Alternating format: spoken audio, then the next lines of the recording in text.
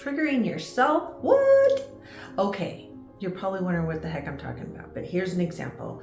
You're going along your merry way, you're in a good mood, and you hear a song, and now you just like really feel triggered, and you feel sad because it reminds me of someone you broke up with, and all of a sudden you're just in a completely different place.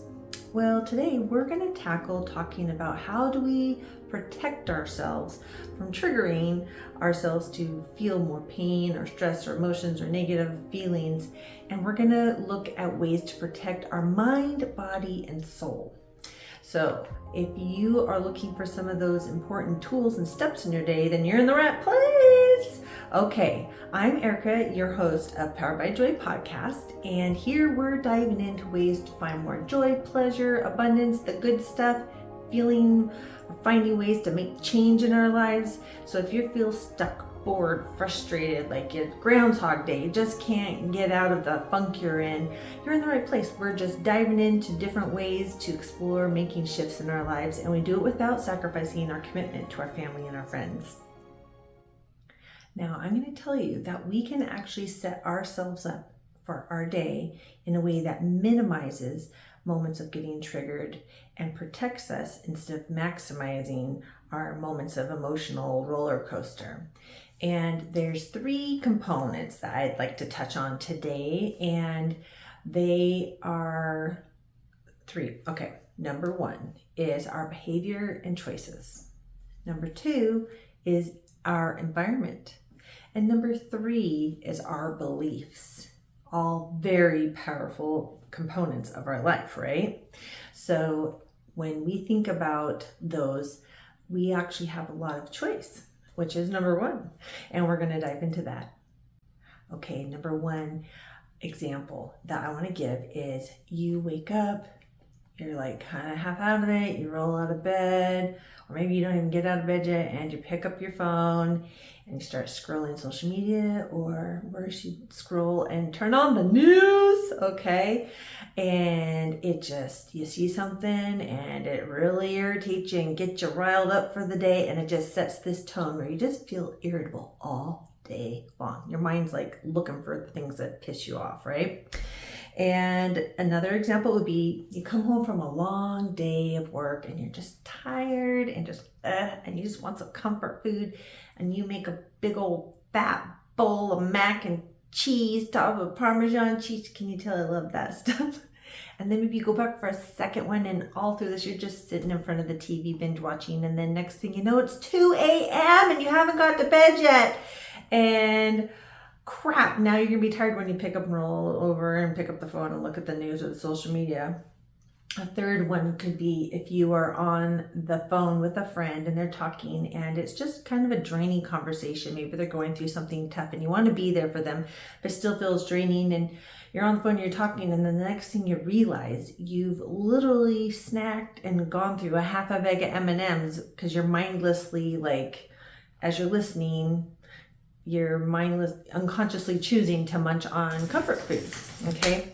These are all examples of behaviors and choices that we have and make, and oftentimes are unconscious. So can you see any sort of pattern or common theme here in these examples where you're unconsciously making choices? And every day we are making choices, endless choices from moment to moment, and they can either add up to buoying us and lifting us up and protecting our emotional state, or how our body feels, how our soul feels, or it can just help us slide down the slippery slope, right? So we have that choice, and it's so unconscious sometimes. Our behaviors, no one else's, just ours, is our responsibility, and it is the first layer of protection that we have and can choose to protect ourselves as we go into the day. And we can use things like self-care, and I will go off on a tangent on that sometimes. I have a whole episode on self-care, so I'd love you to check it out. But self-care is self-love, and when we start off our day making choices that are loving to our mind, body, and soul, it insulates us and protects us the rest of the day and helps us to make better choices. So if I take that time to meditate and journal and go, oh yeah, today I'm going to intentionally choose foods that make my body feel good, I'm going to be more aware of that today. And then when I'm feeling better, when other things are happening, I'm not going to be as triggered because I feel better. I feel more equipped. And so those acts of self-care, which I can't encourage you enough to do, and they last all day. It's not just a morning thing. We are choosing self-care every time we make a choice that supports our health and our, like I said, our mind, body, and soul. And each time we make a choice that makes us feel poopy, it doesn't protect us at all, right? And I am very guilty of this, and it is a ongoing choice. But when we do the self-care in the morning, it can help us just set the awareness to realize when we're making choices and our behaviors are not adding up to exactly what we're hoping for in our day.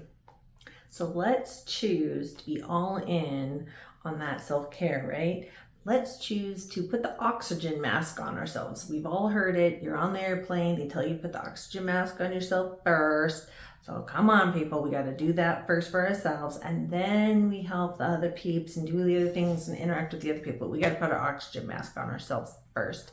So that is a good reminder of why we do the self-care, because it helps our behavior and choices the rest of the day. Number 2 is our environment. And what do you have in your environment that affects you? Everything. So when you think about your environment, think about it is the things that are physically around you. So that's like your decor, your decorations, the color of the walls, the lighting. It's also who you're with. It's the people you're around. It's what you're listening to. Are you listening or watching to TV or podcasts or music? Reading books, all the things that you absorb into you from outside is your environment. And so what is your environment like? And is your environment supporting, lifting you up and protecting you in the day? Or is your environment kind of setting you up for a shitty day? Okay, so I've got a couple examples. I wake up and I just feel tired. So I turn on some slow, mellow music, maybe some sad music. Or maybe I turn on the news to listen to while I'm getting ready to leave for the day. Okay, we all know neither of those are going to lift me up or support me. Okay, so example 2 would be that you have piles of clothes on your dresser. So when you go to bed at night, you see it and go, oh, I can't even finish putting that crap away on my dresser. That's more I have to do. I still need to do that. Guess what? You wake up, you look at the same pile and go, I'm still a loser. I still haven't put that shit away. And it just weighs on you. Like, ugh, right? Okay, so those are perfect examples of your environment infecting. I guess it actually does infect. That's like a Freudian slip. It infects your mind, your environment.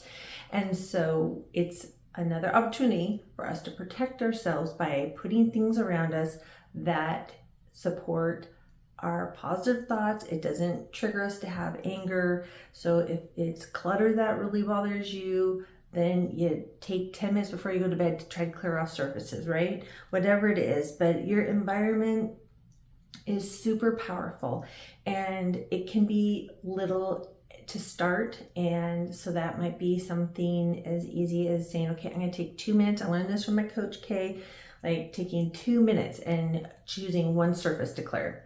You wouldn't believe how powerful that feels to take that time, and just 2 minutes and clearing something, it just clears something out of your brain, right? So they talk about that a cluttered house shows that you have a cluttered mind. I'm not saying it right, but they talk about like your house reflects what the inside of your brain is looking like. And I definitely feel that. And I actually was feeling kind of blocked yesterday, and I looked around and was like, oh, I just feel like I need to deep clean a little bit. So I went in on a tangent, dusting and vacuuming. And afterwards, like all this stuff just came flooding into me. And it was like, oh, okay, there it is. So, that one little act for myself, which was actually a long, tiring act, but that act of cleaning something actually cleared space in my brain, in my heart, so my mind, body, and soul. Okay, and so it's important for us to make sure our space around us and our environment, our music, our podcasts, everything, that we're intentional in choosing that. And that can be part of your morning routine too, that you start off the morning and maybe you're listening to that upbeat music, right? But we can trigger ourselves by choosing with our behavior to have things in our environment that just do not support our best in our day. So number 3 is our beliefs. And they are super common for all of us. We all have beliefs, good and bad, and many of them are programmed into us as children, and some as adult experiences happen, but we have them for a long time usually. And so depending on what those beliefs are, can dictate how we experience others. So I don't know if you remember the story from the last episode. If you haven't heard it, I'm just going to tell it really briefly. This gal said, okay, if you imagine that you have, let's say me, I have brown hair, and someone comes up to me and says, you have blue hair. I'm going to be like, okay, no, I don't. But I'm not going to have a negative emotional reaction to that because it's not true. I don't believe it to be true. My belief is that I do not have blue hair. I have brown hair with some white that I love, but I don't have blue hair. And so I'm like, oh, okay, it's going to be a neutral experience where if I believe I have blue hair and someone comes to me and says, you have blue hair, I'm like, oh, I have blue hair. Yeah, you're right. I do have blue hair because I believe it, right? So now there's emotions attached to it because I believe it. But if I am told I have blue hair and I don't, then okay. And so beliefs are a filter in which we view everything. So we have the power to choose our beliefs and heal them. And it is solely our responsibility to work on healing beliefs that are painful and bring us pain. And we cannot control what other people's behaviors and words are, but what we have the power to do is shift how we think and feel and what our beliefs are. And that takes work, but you got to do it. You're worth it. And you start to shift those beliefs and heal them. So if it is a belief that causes you pain, someone tells you have blue hair and you're like, oh my God, I have blue hair. Okay, this is just like the other episodes I talk about. You observe that and go, oh, okay, that caused me pain. I must have something that needs to be healed here. That is a great indicator when somebody says something to you or you have some sort of experience within yourself, you trigger yourself. Let's go back to the music and sad and a breakup. If you still feel sadness because you're like, oh, they left me, everybody leaves me. So now you've heard the song, you've triggered yourself into sadness because now you're diving down the deep hole that you believe that you're unworthy of having someone love you and everybody always leaves you.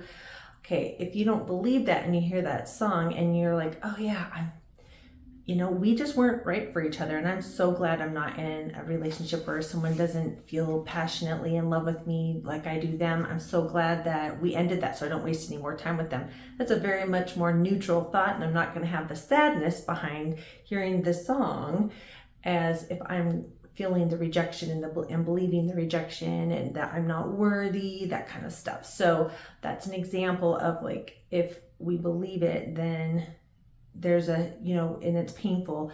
That's where you're going to go in and you're going to start to dive in and go, okay, there's a belief here that probably isn't factual and true and probably needs to be healed. And if you really find you keep coming up against beliefs, really repetitive ones that are really negative and painful, that's usually a good sign to get some guidance and help and maybe seek some professional counseling. Of course, I'm here just giving you some tips and pointers and would love to help you along too. But if you feel like it's really trauma-based or really painful, or you just can't escape those beliefs and it really takes up a lot of your headspace and the baby steps just feel too hard, don't go at it alone. You get guidance, reach out for help. And there are plenty of people out there that want to help. So you are worthy of shifting those beliefs and having more loving thoughts towards yourself. Okay, so let's get rid of those old ones. Toss them in the garbage. Did you notice that the very 3 things that can cause you to feel triggered or pain can also be the very 3 things that you can change and shift and create protection around yourself so that you feel less triggers and high intense emotional reactions to things. I know. It's kind of crazy. You're probably like in your mind, like, what? Okay.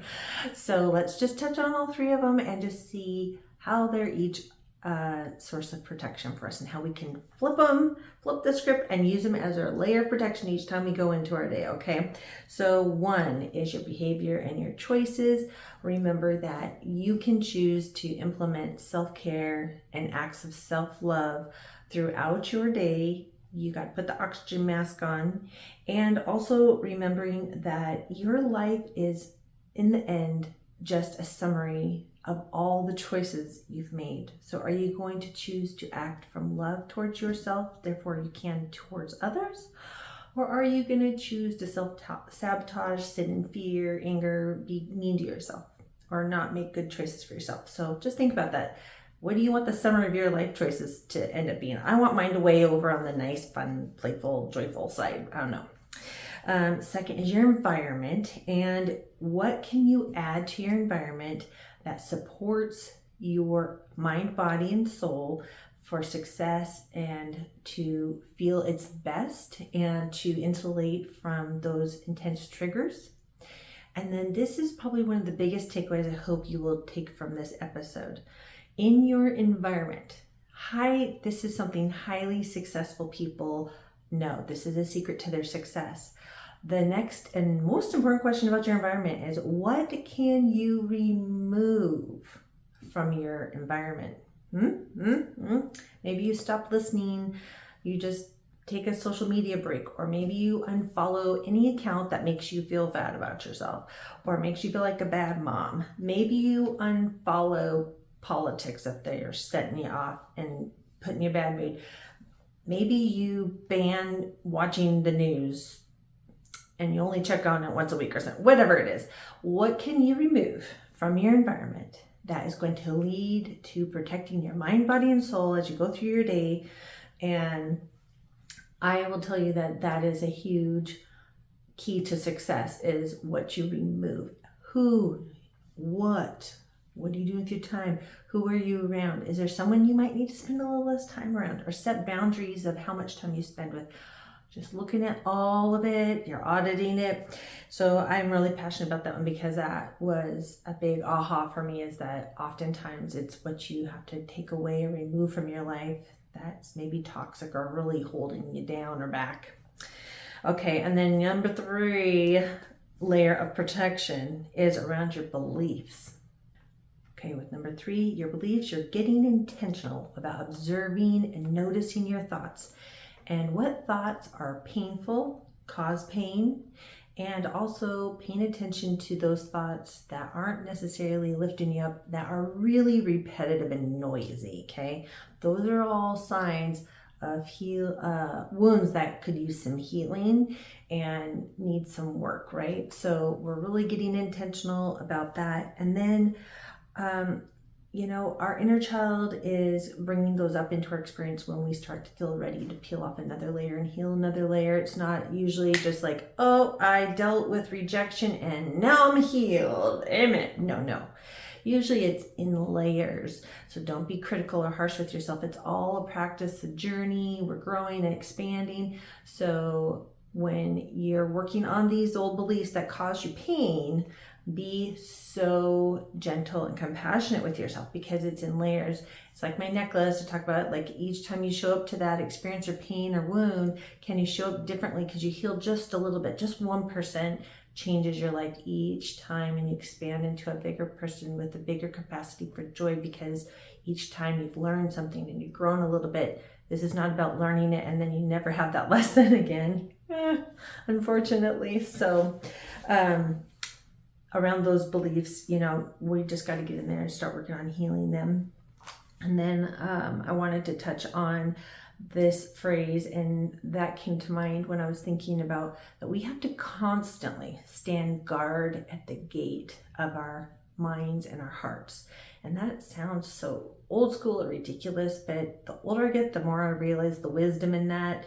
I think it's scripture. I just didn't say it exactly as the scripture says, but there's value in guarding our beliefs and our hearts and our minds, and what we allow in and what we allow ourselves to believe is super powerful. And if you think about it, we are setting an example, and we have to be willing to stand guard and have different standards and choose more and more loving based thoughts. And if our thoughts aren't based in love, then they're fear or anger, they're not benefiting us or anyone around us. So can we be that person who's just willing to do some of that work and like choose to have those beliefs so that it can kind of spill out around other people? It gives other people permission to have those more positive based beliefs about ourselves instead of being perceived as too much because we have too much emotion or whatever the thing is. People are uncomfortable around really happy, healed people. Let me tell you, I heard this on a meme or whatever, and it was like, yeah, just wait till you're healed. Just wait. You will, the more healed you get, the more you trigger other people around you. But if you don't share that belief anymore, it doesn't trigger you. It's so cool. Blue hair. Remember the blue hair, okay? Just want to make sure I didn't forget anything. Oh, and your bonus. If you can apply curiosity to all three of these and make it fun. This does not all need to be serious work, but can you make your self-care more fun? What can you do to make your self-care more playful? What about your environment? Can you toss 3 ridiculously old shoes today? Just choosing 3, or maybe if you have kids, you let them choose 3 from your old ones. I mean, not just all of them. Or maybe it's that you get curious and go, okay, what music am I going to listen to today that is going to actually make me feel like dancing, and I'm going to actually dance today. So using your curiosity around your beliefs and your environment and your behavior and choices is part of it. Make it a game, make it fun when you can. It doesn't all have to be painful and serious, but like I said, pain can be that aha, those intense emotions are our cue. There might be something we want to work on, something we want to heal. So we want to appreciate that about ourselves, because the hard and negative emotions are a blessing just as much as the joy and abundance and the happiness and all the love. They're all part of the human experience, right? So I want you to stay curious, my friends, and I thank you again for joining on this series we've done on being triggered or getting triggered or triggering ourselves. And if you found this helpful, or you know someone who really struggles with being triggered in these areas with themselves, please share it with them. I would love that if you would share and help them out too. And if you could think of a time that you triggered yourself, like a song or something, I would love it if you'd share a time that you triggered yourself so other people can realize how normal they are and how common it is. That would be awesome. Are you brave enough to share a time you were triggered?